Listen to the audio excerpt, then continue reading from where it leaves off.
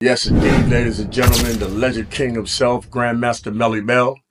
Uh, what I want to try to do is bring some kind of clarity to a situation that been floating around. Who started hip hop and who, or whether Puerto Ricans was the backbone or whether black people was the backbone of the culture. Now, it is no wrong answers. I don't believe in right or wrong answers, but it's results. Now, this is the bottom line. Now that everybody got their opinion, so now this is my opinion. Is no black culture. Like hip hop is not black culture. Hip hop is Bronx culture. All the shit that made hip hop, the building blocks of hip hop, it was formed in the Bronx. The first popular DJs, DJ Kool Herc, Bronx cat. The first turntablist, Flash, Bronx cat. The first guy to do the scratch, Grand Wizard Theodore, is a Bronx cat, right? The first MC, you're looking at him. I was born and raised in the Bronx. Why ain't he supposed to benefit her? Why you can't ask Kaz or somebody? Ask somebody that was there. You're just going to take it upon yourself. Oh yeah, well, so and so started the culture. Was the name Coke because you were drinking Coca-Cola, or is it because No, I mean, originally my name was Coco. That was from the chocolate milk thing. My grandfather gave me that name. But then as I got older, I couldn't, I didn't mind the women calling me Coco, but you couldn't have guys calling you Coco, So they would just call me Coke, C-O-K-E, not to say drug-wise or Coca-Cola drinking, just Coke. And then I added the LaRock to it. Let's clear up one thing. It's been written in books that you come from a Jamaican heritage.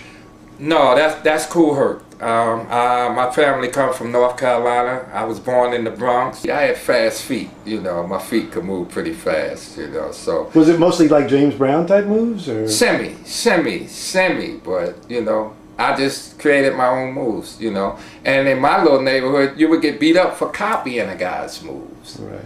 That's how serious that dance it was. A guy would be like, oh, you took my move. I did that move last week. And it was crazy like that, And I could dance pretty well, And then me and Herc really got real tight, We started hanging together and rolling.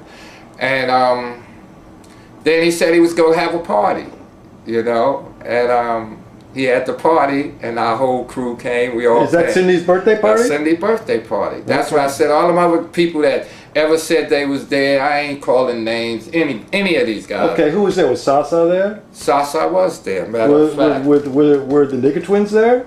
Nigga Twins wasn't there yet. See, they wasn't with us yet then. Okay. Only Sasa. Clark Kent, was he there? Because he come with the Nigga Twins. It was only Sasa, and this is a corner picture of Sasa right here. He's on the edge of this.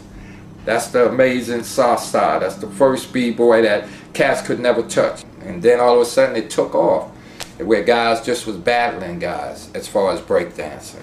Was there any talking on the mic at Cindy's birthday party? Yeah, but it was just, like I said, just calling out my friend names.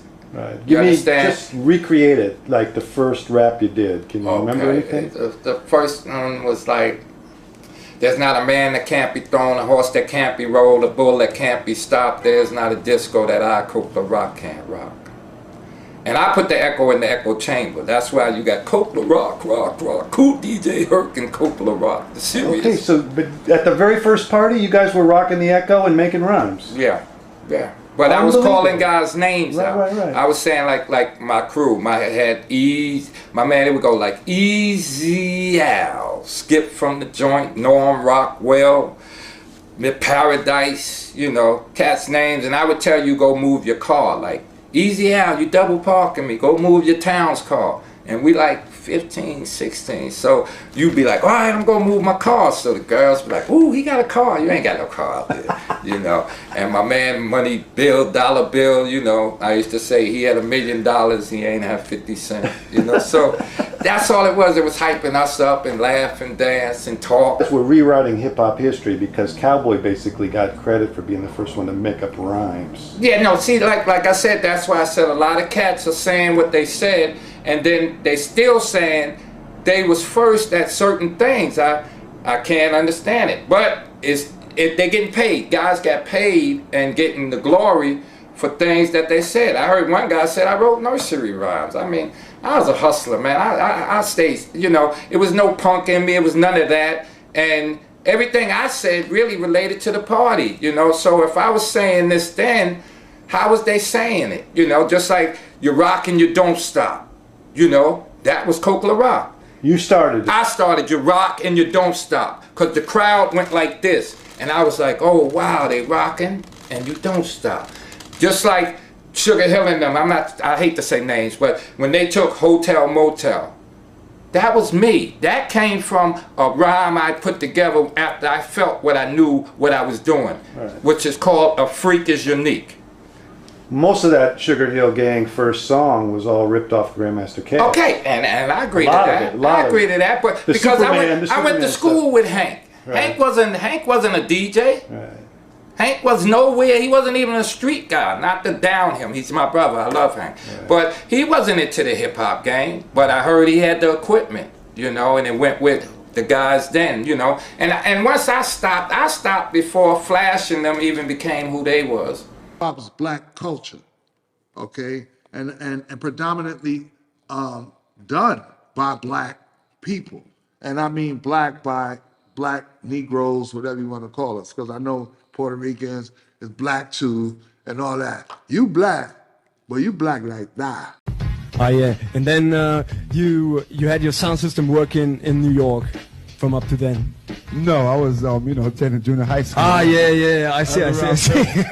I was around 13 years old back then. Ah yeah, okay. But then you started your sound system. I started to go to parties when I was 16 years old. Yeah. And around 18, 19, that's when I started to experiment with my own sound system, as far as, you know, building a sound system.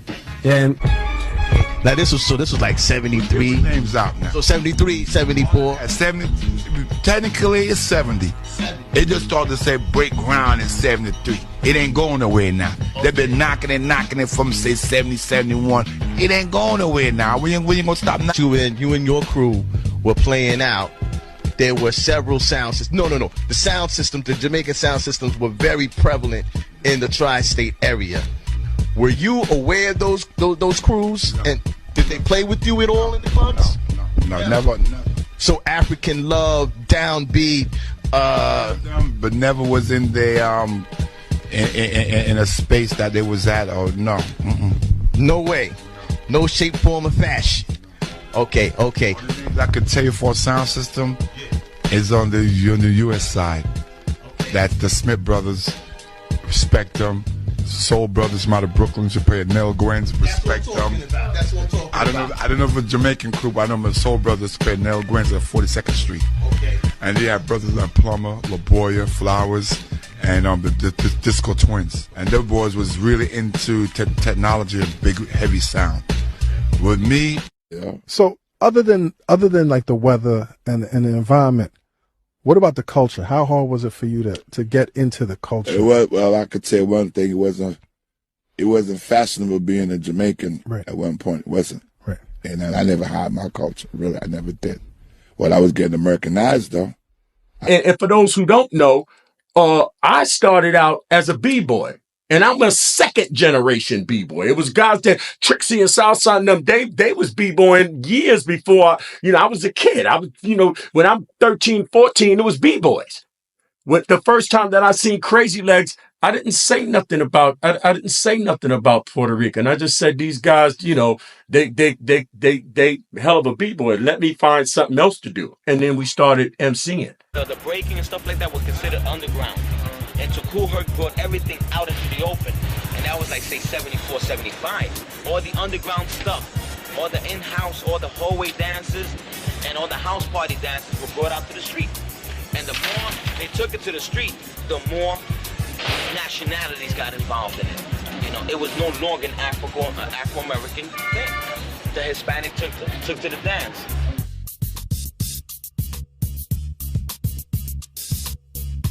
I know for a fact that when I went to some parts, it was rare to see a Puerto Rican dancer breaking.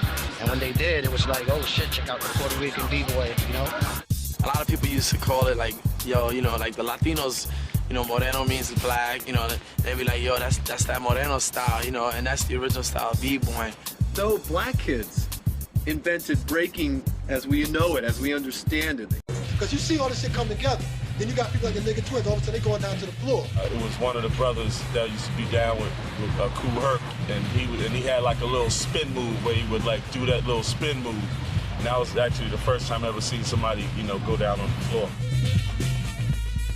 We saw people dancing and we wanted to dance. You know, and it's just that our style of dancing was not like anybody else's. Funny thing was the nigga twins used to always have straws in their mouth. The nigga twins used to come in with cigars and trench coats. And they used to come in and split the place up and act like Groucho Marx. And they used to walk in with the cigars and then meet up in the middle. When we used to go down on the floor, we didn't get dirty. And we didn't dance on linoleum. We didn't dance on cardboards. We danced on the cement. That was the real B-boys from back in the days, you know what I'm saying?